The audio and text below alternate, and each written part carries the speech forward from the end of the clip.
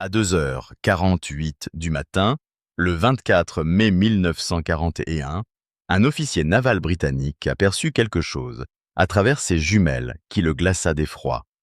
Un gigantesque cuirassé, plus grand que tout ce que la Royal Navy possédait, fendait le détroit du Danemark comme un couteau dans l'eau. Le Bismarck était arrivé, et en 6 minutes, il allait réduire en morceaux le navire de guerre le plus aimé de la Grande-Bretagne. Le Bismarck n'était pas qu'un simple navire. C'était 50 000 tonnes de génie nazi conçues pour accomplir une seule tâche, étouffer la Grande-Bretagne en détruisant chaque convoi traversant l'Atlantique. La guerre serait terminée. Tout dépendait de l'arrêt de ce monstre, mais d'abord, il devait le trouver dans 3 millions de kilomètres carrés d'océan. L'histoire du Bismarck commence réellement avec l'obsession d'Adolf Hitler de construire le cuirassé ultime. En 1936, il a ordonné la construction d'un navire de guerre qui rendrait toutes les autres marines obsolètes. Le résultat était une bête de 243 mètres de long, soit environ 2 terrains de football et demi. Son blindage faisait 33 cm d'épaisseur. Ses 8 canons de 15 pouces pouvaient percer n'importe quel navire en mer depuis une distance de 22 miles.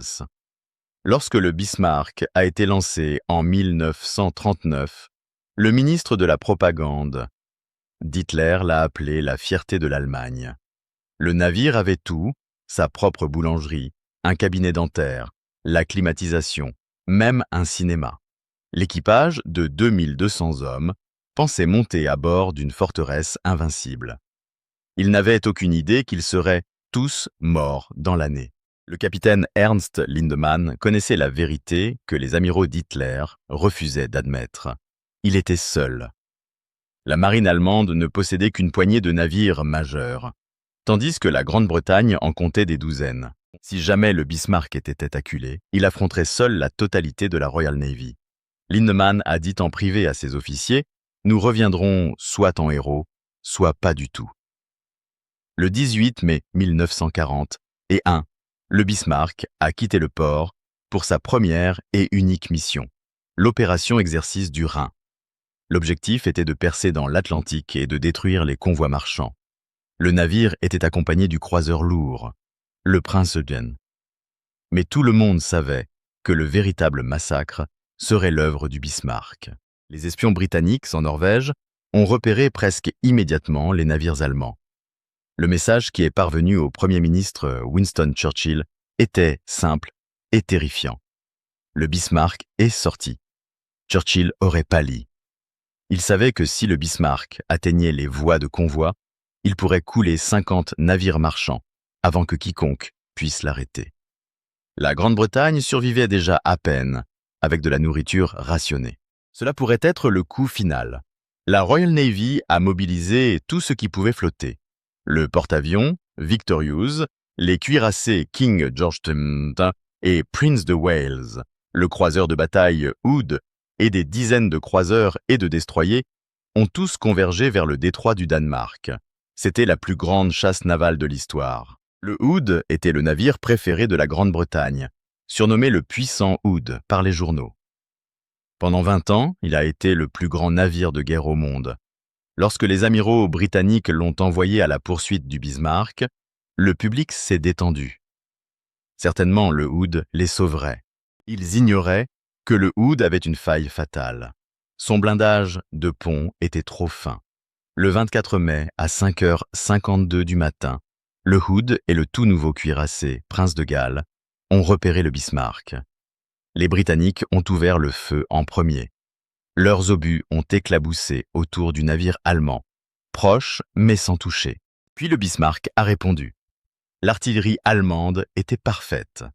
La 3e salve du Bismarck a touché sa cible. Un obus de 15 pouces a percé la fine armure du pont du Hood et a détonné dans son dépôt de munitions. Ce qui s'est passé ensuite a choqué tous ceux qui l'ont vu. Le Hood ne s'est pas simplement enfoncé, il a explosé. Une colonne de flammes a jailli à 1000 pieds dans les airs. Le navire s'est littéralement brisé en deux. En moins de 3 minutes, le puissant Hood avait disparu. Sur les 1418 hommes à bord, Seuls 3 ont survécu. Les autres ont coulé avec le navire, trop rapidement pour même abandonner le navire. Le prince de Galles, endommagé et surpassé en puissance de feu, s'est enfui. Le Bismarck avait remporté sa première bataille en 6 minutes. L'équipage allemand a célébré, mais le capitaine Lindemann est resté sombre. Il savait que toute la Royal Navy viendrait maintenant chercher vengeance. La destruction du Hood avait rendu cela personnel. Mais le Bismarck n'était pas sorti indemne. 3 obus du prince de Galles l'avaient touché, et l'un avait percé un réservoir de carburant. Le navire laissait une traînée d'huile à travers l'océan, semblable au sang d'un animal blessé. Lindemann voulait retourner au port pour des réparations. L'amiral Günther Lütjens a pris le dessus. Il continuerait vers l'Atlantique. Cette décision les a tous condamnés. Pendant 2 jours, des croiseurs britanniques ont suivi le Bismarck à l'aide du radar, restant juste hors de portée des canons. Puis, le 24 mai, quelque chose d'incroyable s'est produit. Le Bismarck a soudainement fait demi-tour et s'est précipité droit sur ses poursuivants. Les navires britanniques se sont dispersés, pensant qu'ils étaient sous attaque. Mais c'était un stratagème. Dans la confusion, le Bismarck a disparu dans un front météorologique et s'est volatilisé. Pendant 31 heures, la Marine royale a perdu la trace du navire le plus dangereux du monde. La panique s'est propagée à travers l'amirauté. Le Bismarck aurait pu être n'importe où. Elle pourrait déjà se trouver parmi les convois qui coulent les navires marchands. Churchill exigeait des mises à jour toutes les heures. La tension était insoutenable. La percée est venue d'une source inattendue. Un opérateur radio britannique a remarqué que le Bismarck émettait de longs messages radio. Les Allemands ignoraient que l'équipement britannique de localisation pouvait suivre ces signaux. Lorsque l'amiral Lütjens a envoyé un message radio de 30 minutes à Berlin, il a pratiquement affiché une énorme pancarte disant « Nous sommes ici ». Les Britanniques ont réalisé que le Bismarck se dirigeait vers la France, probablement le port de Brest. Mais ils avaient un problème. La plupart de leurs navires manquaient de carburant à cause de la longue poursuite. Un seul navire était en position pour attaquer. Le porte-avions Ark Royal. Le problème ? Ces avions étaient d'anciens biplans, appelés Swordfish, qui semblaient appartenir à la Première Guerre mondiale, et non à 1941. Le 26 mai, 15 Swordfish ont décollé par un temps épouvantable pour attaquer le Bismarck. Ces avions recouverts de toile volaient à seulement 145 km/h.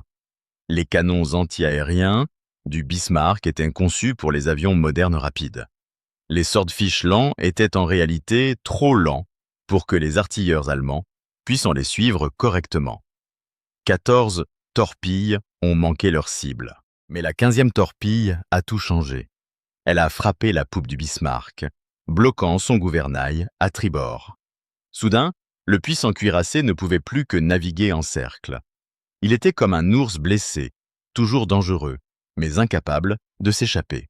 Le capitaine Lindemann savait qu'ils étaient finis. Il a dit à son équipage « Nous nous battrons jusqu'à la dernière coquille, mais nous ne pouvons pas gagner. Sauvez-vous quand le moment sera venu. » Pendant la nuit, les destroyers britanniques ont harcelé le géant paralysé avec des attaques de torpilles, gardant l'équipage allemand épuisé au poste de combat. Le matin du 27 mai, les cuirassés britanniques King George VIII et Rodney sont arrivés. Ce qui a suivi n'était pas une bataille, c'était une exécution. À partir de 8h47, les navires britanniques ont pilonné le Bismarck à seulement 4 miles de distance. Le système de contrôle de tir du navire allemand a été détruit dès les premières minutes. Ses canons ne pouvaient plus viser correctement. À 9h30, le Bismarck était une épave en flammes. Les 4 tourelles de canon étaient détruites. La superstructure était du métal tordu. Des centaines d'hommes étaient morts ou mourants, mais le navire ne coulait pas. L'ingénierie allemande l'avait trop bien construit. Sa ceinture d'armure le maintenait à flot, même lorsque tout ce qui était au-dessus de la ligne de flottaison était détruit. Les Britanniques ont tiré plus de 2800 obus. Le Bismarck a absorbé des punitions qui aurait coulé n'importe quel autre navire 3 fois.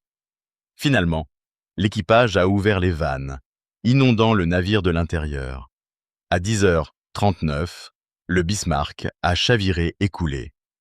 Sur les 2200 hommes à bord, seulement 114 ont survécu. Le capitaine Lindemann a choisi de couler avec son navire.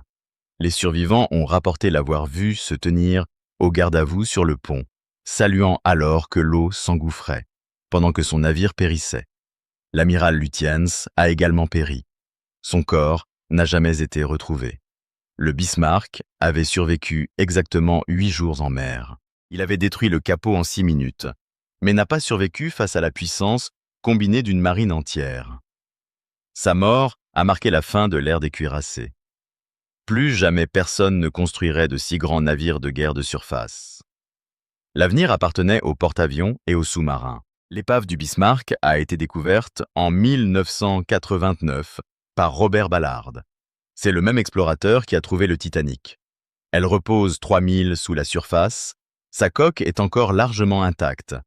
Les canons pointent toujours vers le ciel, figés dans leur dernière bataille. L'histoire du Bismarck est celle d'un génie de l'ingénierie, d'une fierté fatale et de la futilité de se battre seul contre des forces écrasantes. C'était le navire le plus redouté au monde pendant 8 jours. Puis il a disparu, emportant 2000 hommes au fond de l'Atlantique. Sa seule victoire a également marqué le début de sa fin. Au moment où il a coulé le capot, son sort a été scellé. La leçon était claire. Aucune arme, aussi puissante soit-elle, ne peut gagner une guerre à elle seule. Le Bismarck était magnifique, mais il était aussi seul. Et en guerre, être seul est la seule faiblesse qu'aucune quantité d'armure ne peut protéger.